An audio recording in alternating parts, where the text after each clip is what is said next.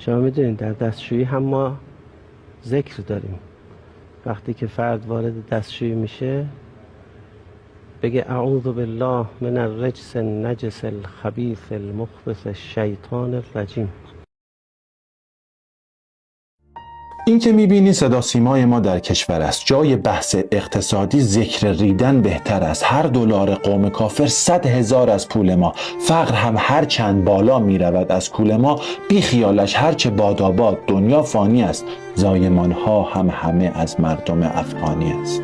کودکان سیستانی هم که گفتی وضعشان، بی لباس نو اگر ماندن، نوش جانشان. ازدواج و مسکن و سطح امید زندگی اولویت نیستن، باید که از ریدن بگی. با امید این که سال نو همه در مضطراب، ذکر ریدن را بخوانیم و بشوییمش به آب.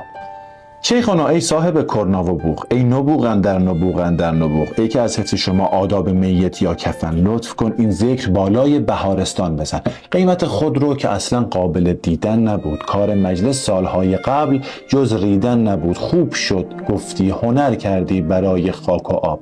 مجلسی ها پس همه با هم اعوذ و مستراب.